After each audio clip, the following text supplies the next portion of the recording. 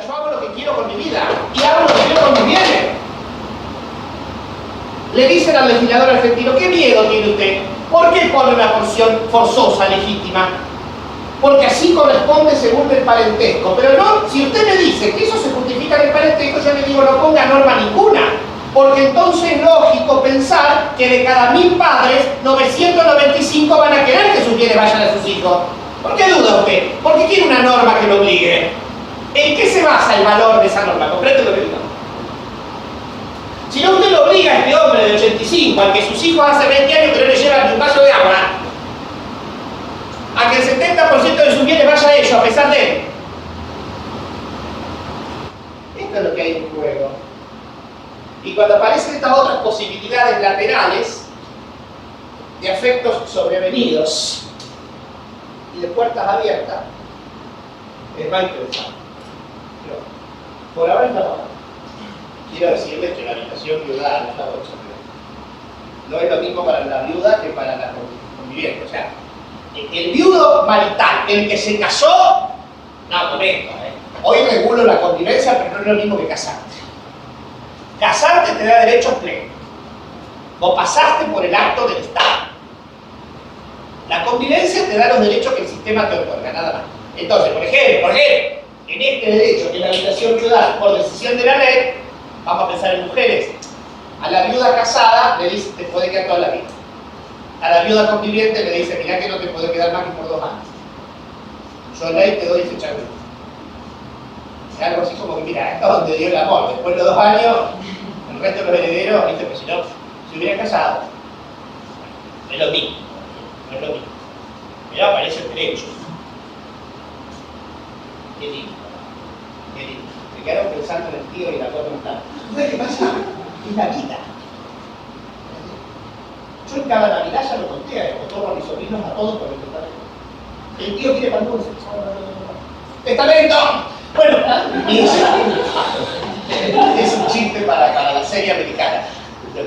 Pero eso, mis hermanos todos se ríen. Claro, yo digo, mire qué texto. Pero los chicos juegan, traen cosas.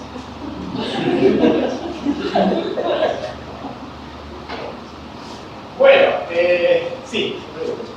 Cuando usted dice el derecho real de habitación, primero, vamos a hacer una duda por lo que dijo recién, ¿es temporal? Siempre es temporal porque de máxima es vitalicio. Y aun cuando sea vitalicio pedido, no hay nada más temporal que la vida. Si usted tiene alguna certeza que me va a morir. A lo que voy, que no sabía que había derechos reales temporales. O sea, no tenía presente. Todo menos el dominio. Pero ya vamos a ver. Y lo segundo, no genera propiedad entonces. Bueno, en un sentido lato sí, en un sentido estricto. Si usted me entiende por propiedad dominio, no. Ahora yo le digo, todos los derechos reales son derechos de propiedad. ¿Por qué?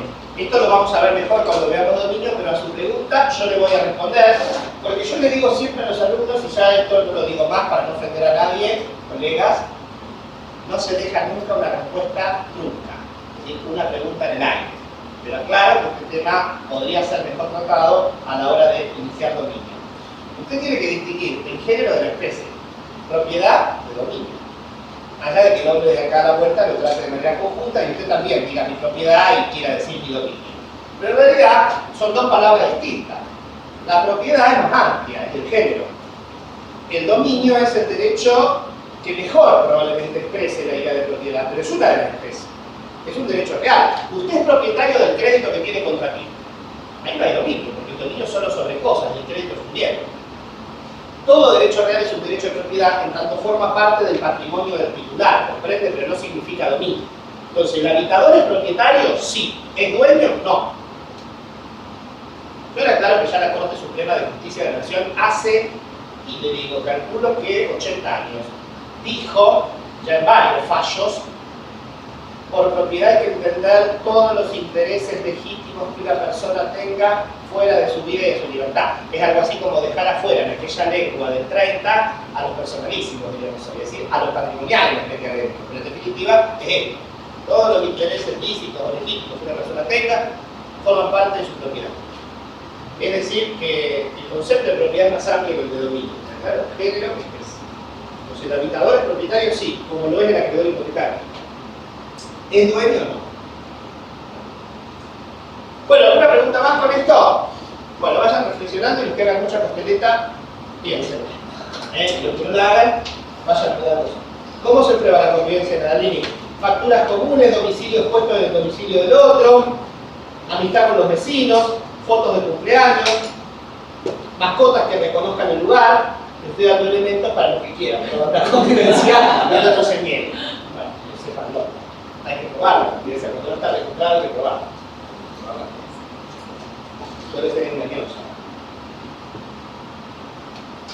Por eso no hay transferencia de bienes patrimoniales por muerte, y esto también está bien, a mi criterio está bien.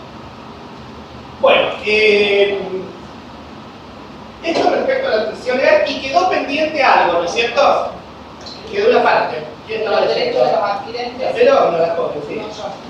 Los adquirentes, los derechos de los adquirentes y sus adquirentes de buena fe. Bueno, entonces los derechos de adquirentes terceros, adquirentes de buena fe. No se tocó prolongativo, nomás para que usted sepa lo que dice el artículo, estoy copiando eso, para que tenga tiempo. En realidad lo vamos a ver también con más detenimiento cuando veamos los niños, pero está refiriéndose a esta, que no es nueva, ya conocida por ustedes, virtud que le otorga el derecho. Saben ustedes, por ejemplo, a los adquirentes a título oneroso y de buena fe. Saben que el derecho se inclina siempre por tratar de beneficiar a estos. Y vamos a ver que hay determinadas situaciones en las que el derecho le dice al adquirente a título oneroso y de buena fe, lo considero titular de un derecho real, aún por encima de otro que alega tal vez un mejor derecho. En la norma siguiente, que es la de 1896, contempla un caso particular de esta especie, que es el que refiere a los adquirentes de cosas muebles no registrables. Primero, yo quiero aclarar este artículo, lo explico en 10 minutos. En realidad, para los que conocían el código, no solo para los que han visto la materia de Vélez, este artículo viene a cumplir el rol que en el viejo código cumplía el artículo 2412. Para muchos de ustedes, aunque no tengan, se me ocurre que yo voy a tener de memoria un artículo, el número y además un artículo que ya no existe. No, pero la verdad que hay normas que son emblemáticas. Y el 2412 era una norma, acá quiero, atención acá, si yo disputo un celular bajo el pupitre, saco del aula el que sea. Entonces el 2412 del viejo código de Vélez daba lugar a un principio jurídico que estoy seguro que todos ustedes conocen y podrían repetir. ¿Se acuerdan del artículo que dice en cosas muebles, posesión vale título? Claro. Esa expresión popular es cierta, yo lo he dicho mil veces. En esta aula todos están convencidos que ella es dueña de esta primera. Posesión vale título, nadie cuestiona eso. Bueno, ese principio del viejo 2412 ahora ha sido mantenido, pero mejorado en el artículo siguiente al que estaba leyendo la compañera, ahí en el 1895, ¿no? Lo que pasa es que además a ese artículo, este código le agregó alguna referencia a lo que Vélez no pudo referir y Borda no quiso, que eran los muebles registrables. Porque en realidad la posesión vale título es muy clara de entender para las cosas muebles no registrables. Es la salida más clara y más práctica. Yo tengo que presumir, me dice la ley, iure de iure, no iure tanto, que ella es dueña de la cartera que tiene puesta, salvo robo, me dice, o pérdida. Es decir, que el otro pueda probar la ilicitud del origen. Pero si no, tengo que presumirla como dueña, porque si no sería la verdad un caos en las cosas muebles no registrables establecer un criterio inverso. Ahora, no se ocupó Vélez porque no existían los autos en esa época, 1860, que son los muebles registrables más comunes, etc., de los muebles registrables. Y Borda no quiso meterse en eso porque le parecía que eso iba a desarmonizar mucho el código. De hecho, es una tarea difícil incorporar los muebles registrables al código. Este código lo hizo parcialmente. Y en este artículo se habla de los muebles registrables. Piensen ustedes, por ejemplo, en la autonomía. Entonces vamos a leer esta norma completa. Estoy hablando de adquisición legal de los derechos reales. Aquí estoy hablando de una especie de adquisición legal que es la que se le concede a los adquirentes o subadquirentes de buena fe, de cosas muebles, a título oneroso, y vamos a ver cómo lo plantea el código. ¿Quién lee?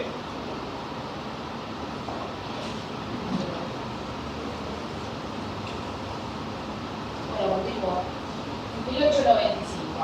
¿Qué pensó para leer el artículo? ¿Qué tremendo? Yo no puedo creer que estudiando abogacía las palabras les sea esquiva, salvo que alguno tenga un problema de mutismo. Porque la verdad es que vivimos de la palabra. La palabra nos constituye. A mí me tienen que frenar, yo me despierto hablando. hablo conmigo mismo. Gustavo, mira, ¿qué vas a hacer de baño? Hablo conmigo, me dirá usted también. Sí, pero el silencio.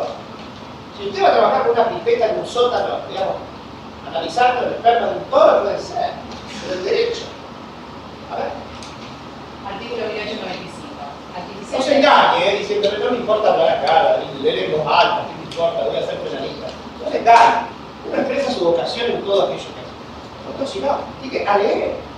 Abre la boca, que la dictadura no sea una muralla de la palabra. No sé que hay mucho pudor, usted tenemos hay pudor de oírse en voz alta. Uno se da cuenta cuando empieza a carpetear en lugar de tiene miedo, que salga a gallinar.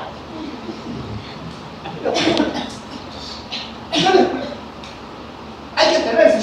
Yo siento vergüenza cada clase que voy a dar. Tengo mucha vergüenza. Pero me obligo. ¿Me entienden? Me da mucho. Sépanlo. No es verdad, pero no importa. Si porque me miran mal, me miran socarronamente y no les voy a mentir. Pero tuve mucha vergüenza en la vez. La vergüenza tira para abajo. El pudor es sano. Porque el pudor ayuda a recargo, al respeto. Pero la vergüenza duda. Es como la duda paraliza, la pregunta activa. Siempre. La duda paraliza. Duda. Gente que duda mucho. Voy. Raviolo en milanesa. Ah, bueno. Pierdo un tiempo valioso. No. Pregúnteselo. ¿Quiero? ¿Qué quiero? Milanesa. Y raviolo. No dude. La duda paraliza. Usted quiere leer y duda, le da pudor. ¿Qué se va a escuchar? ¿Saldrá otro al aire? Va. Adquisición legal de derechos reales sobre inmuebles por subadquirente. La posesión de buena fe del subadquirente de cosas muebles no registrables que no sean hurtadas o perdidas es suficiente para adquirir los derechos reales principales, excepto que el verdadero propietario pruebe que la adquisición fue gratuita. Bueno, la forma elegante de decir que tiene que tratarse de poseedor de buena fe y a título oneroso, ¿no? Vélez lo decía de otra manera, lo dice así. Vélez no decía nada en realidad, lo decía en otro artículo de la acción reivindicatoria, pero bueno, a lo nuestro. Hasta acá estamos de acuerdo. Este es el 2412 reformado. Pero lo que viene tiene que ver con los muebles registrables. A ver. Respecto de las cosas muebles registrables, Piensa en el auto. no existe. ¿Cómo hago yo para decir posesión vale título en el auto? Complicado, ¿no? Entonces, de nuevo. Respecto de las cosas muebles registrables, no existe buena fe sin inscripción a favor de quien la invoca. Claro. Estamos de acuerdo, porque si no, la mera posesión del objeto no puede ser entendida. Como es registrable, requiere esto de además el caso de los muebles registrables que es constitutiva, pero no solo es eso. Y además, aunque haya inscripción, Tampoco existe buena fe, aunque haya inscripción a favor de quien invoca. Si el respectivo régimen especial prevé la existencia de elementos identificatorios de la cosa registrable y estos no son coincidentes. bueno, por ejemplo, en materia de autos. En materia de automotores, claramente la ley especial prevé elementos de identificación. ¿Qué elementos identifican a un auto que lo hacen una cosa no fungible? Número, Chapa patente. motor, Todo número de chasis, chasis chapa patente. y la chapa patente, que es número de dominio, ¿cierto? El número que se llama vulgarmente patente, que es lo que se llama número de dominio. Eso lo hace único el auto. Y además hay obligación ahora, desde hace varios años, de revisión técnica. Es decir, que esto de que solo sea haber logrado la inscripción registrada por la vía que la haya logrado, que de pronto puede ser alguna vía incluso fraudulenta, y hasta con el acuerdo eventualmente de un empleado de registro, aparece esto de que la no coincidencia de los datos identitarios también anulan la buena fe. Por tanto, ya cuando a futuro veamos prescripción, vamos a ver qué hará falta entonces para que alguien sea considerado dueño cuando no pueda hacerlo de inmediato. Es decir, cuánto tiempo será necesario. ¿Lo comprenden? Si yo robo esta cartera, el derecho me dice que no me convierto en dueño en el momento que la robé. ¿Sí o no? Dice eso. Porque dice al poseedor de buena fe y de cosa que no sea hurtada ni perdida. Ahora, en algún momento, si a mí no me encuentran, yo me voy a convertir en dueño de esta cartera. Eso es lo que provoca la prescripción. Si la vende a otra persona, profesor. Bueno, ahí se la da la respuesta. ¿No dice subadquirente? Claro, ¿entienden cuando estoy diciendo en algún tiempo me voy a convertir en dueño? Porque la prescripción opera como, en algún caso, el saneamiento del vicio provoca directamente la adquisición o nacimiento del derecho. Y ahora vamos a ir a eso, que es lo último que nos queda, que es prescripción. Sí. Disculpe, hago una consulta. Haga. En el caso de que del robo de la cartera, por ejemplo, si esta persona no manifiesta la voluntad de querer recuperarla o de querer, digamos, manifestar la situación, ¿modifican algo? No. ¿O simplemente No, porque tiene decirlo? tiempo para poder hacerlo. Quiero decir, ella puede no tener hoy ganas y a lo mejor esas ganas no estén nunca, pero si están dentro de los años que marca la prescripción, lo puede hacer. Es como usted, digamos, el cobro de daños, sanción por daños. Bien. O bueno, o la denuncia por delito. Claro, mientras esté en el periodo. Ahora, claro, yo creo con esto haber hecho un panorama bastante más profundo del que me había propuesto, por otro lado, de la adquisición legal. ¿Se acuerdan? Los derechos reales se pueden adquirir por acto de entre vivo, mortis causa, por disposición de la ley o por prescripción. Me queda en la pizarra los últimos minutos. La prescripción. Yo sé que ustedes saben que hay dos tipos de prescripción. No me interesa eso ahora. Me interesa que usted me diga qué entiende por prescripción. A secas. No que me diga el nacimiento de un derecho, porque entonces me estaría diciendo adquisitiva. O la otra y sería extintiva. No. ¿Qué cree usted que es la prescripción? Si tuviese que dar un concepto jurídico que la ley no da, no tiene por qué darlo, porque es una palabra común, ¿no? En realidad viene de la prescriptio romano. Pero ¿qué significa la prescripción para nosotros? ¿Qué es la prescripción? Miren, en cualquier materia, yo lo voy a decir vulgarmente para que usted no lo olvide más, es el paso del tiempo con efectos jurídicos. Y esto pasa por asumir que el tiempo no es neutral en el derecho. No es neutral. No usted dirá la vida no es neutral, no me recuerdo. Sí, sí. Pero en el derecho el tiempo tiene efectos siempre. Siempre. Por eso digo que la prescripción es el paso del tiempo con efectos jurídicos, que podrá ser el efecto liberatorio, un derecho a muerto, o puede ser adquisitivo, un derecho a nacido por el tiempo. Piense usted. Usted no ha hecho nada más que vivir y de pronto una medianoche pasa de ser incapaz a capaz, salvo que tenga alguna otra causa, el objeto de discapacidad. Es el mero paso del tiempo. El cumplimiento de un plazo en un contrato, se venció el alquiler. Una obligación que pasa de ser civil a natural porque el acreedor no la exigió en el tiempo. Es decir, el tiempo no es neutral. Y provoca efectos jurídicos. Y esto tiene que ver con la seguridad jurídica que necesita el sistema. Yo no puedo dejar en el aire pendientes, en la incertidumbre, las situaciones jurídicas. Yo tengo que poner reglas que me den la mejor certeza posible. Claro que es arbitrario el tiempo. Siempre es arbitrario. ¿Por qué 18 años y no 21, y no 19, o no 17 para la mayoría? Es arbitrario, lo que no quiere decir que sea caprichoso. Está basado, en ese caso, en la madurez biológica, en los tiempos culturales. ¿Por qué 20 años para un Sucapín me importa y preocupé? Bueno, parece un tiempo razonable, es mucho, pero pasó rápido, mire.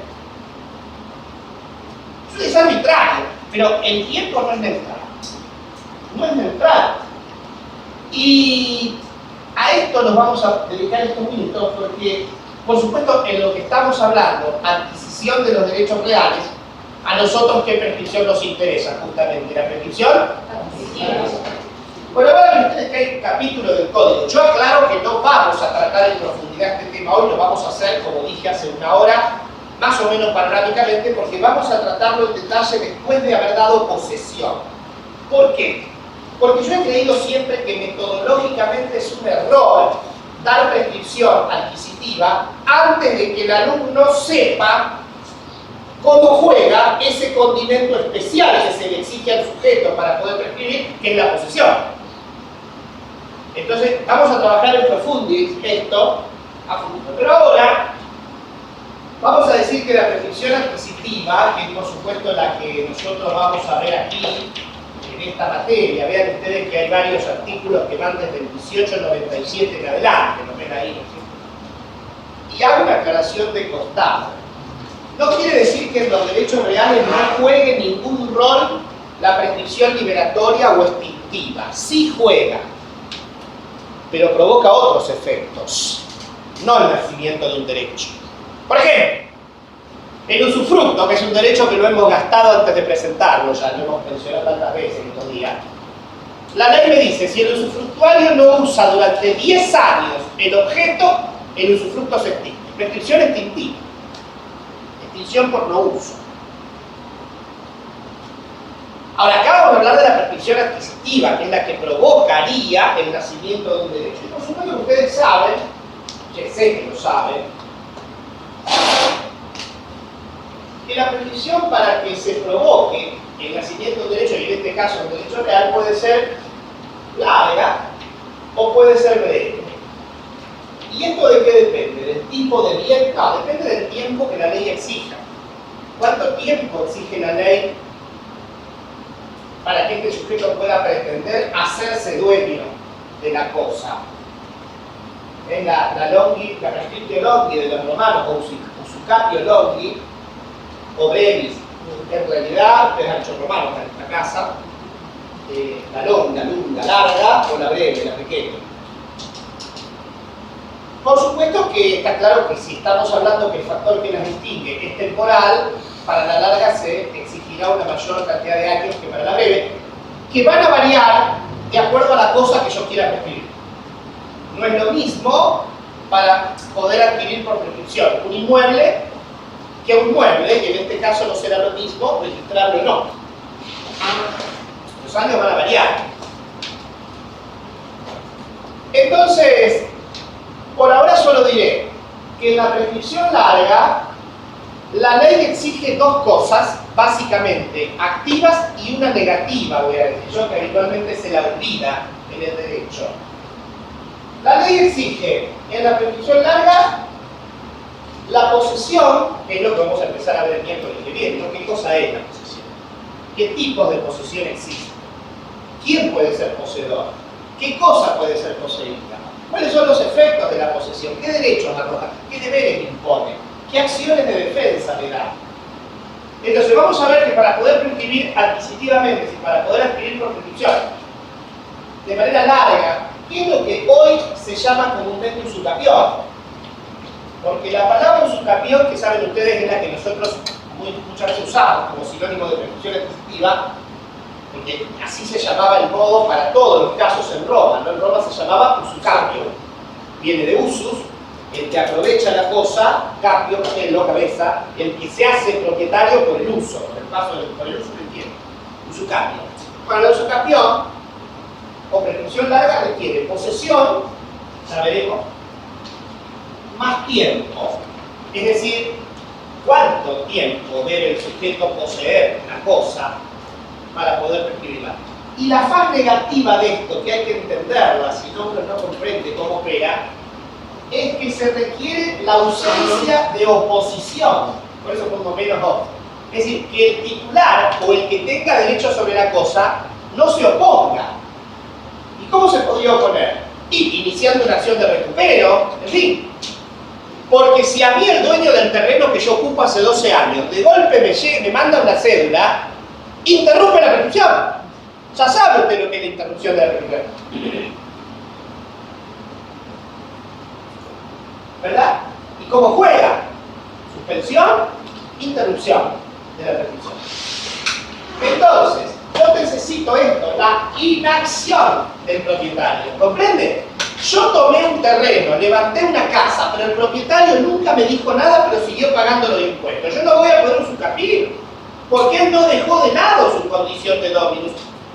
Nadie lo obliga a que ocupe la cosa, porque el dominio es perpetuo, estamos en un sistema de propiedad privada, yo no la pierdo por no explotarla.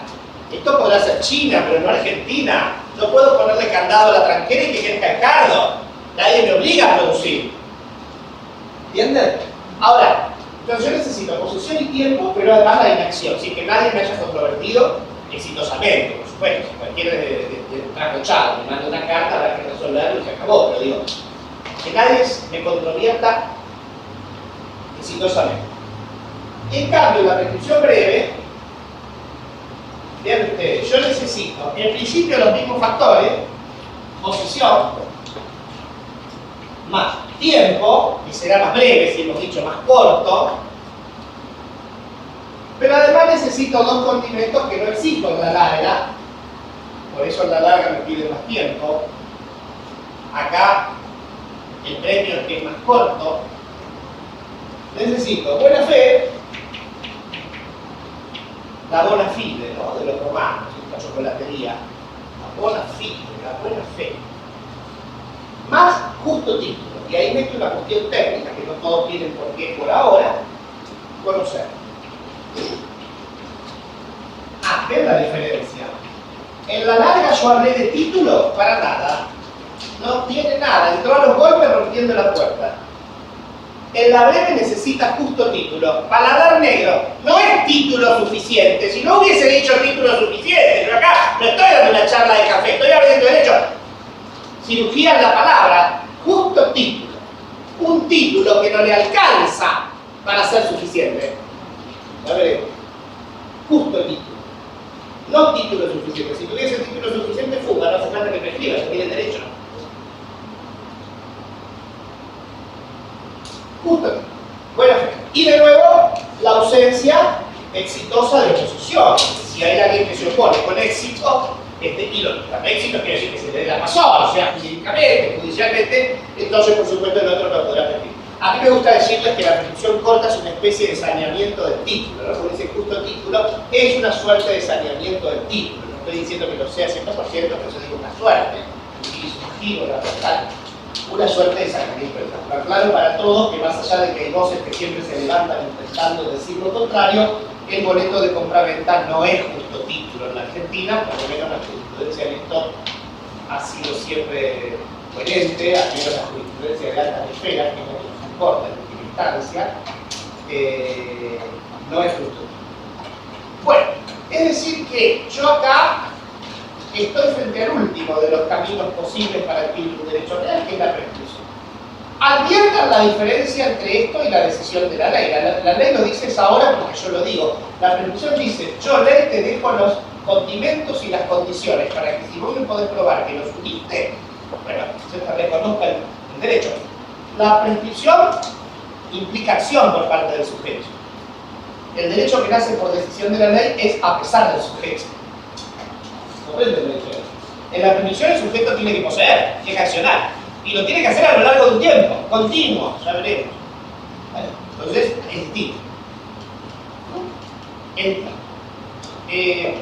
Pero insisto, esto solo se comprende bien si uno entiende que darle al tiempo efectos jurídicos. Los que le quiera dar el sistema. Y nuestro sistema toma partido. Usted podrá entender que está bueno, usted podría entender que los tiempos que corren, que son tan veloces, hace falta menos tiempo. ¿Qué es esto de esperar 20?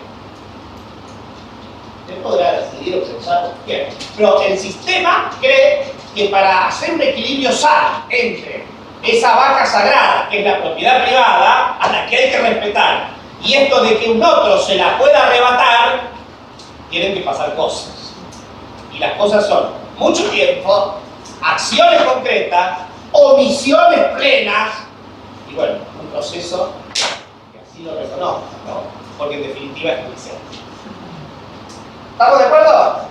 Miren que el miércoles empezamos con teoría de la posesión y la tendencia. Sí. Momento nadie se mueve que ya creo va a hablar. En el 1896, la prohibición de constitución judicial, el derecho real debe ser, ¿no? ¿Usted estuvo ayer en clase? Sí, pero me quedé sin la... terminé la clase y me puedo hacer la pregunta. Pero dice en la parte, dice... No, me reproche lo que yo le pregunto. Le pregunto para recordar, porque como esto fue tratado ayer, usted me va a hacer en base a lo que charlamos ayer. Sí. Bueno, yo primero está leyendo el artículo que fija la regla de la prohibición judicial para la creación o constitución de derecho real. Es decir, la ley le dice, usted juez no puede inventar un derecho que no existe como sanidad, ni puede ordenar que se cree uno que las partes no han querido crear, que el testador no ha dispuesto, o que la ley no ha creado. Hasta ahí estamos de acuerdo. Claro, pero después dice, excepto disposición legal en contrario. Mi pregunta era si hay disposición legal en contrario. Bueno, yo le voy a contar. Yo creo que no, pero hay un caso particular que ha sido motivo de debate en las jornadas nacionales de hace 4 años atrás, 3, para mirar, la cuarta será, 4 será que se hace cada 2 años la nación. en las Jornadas Nacionales de Bahía Blanca, donde se trabajó un artículo que está en el código claramente,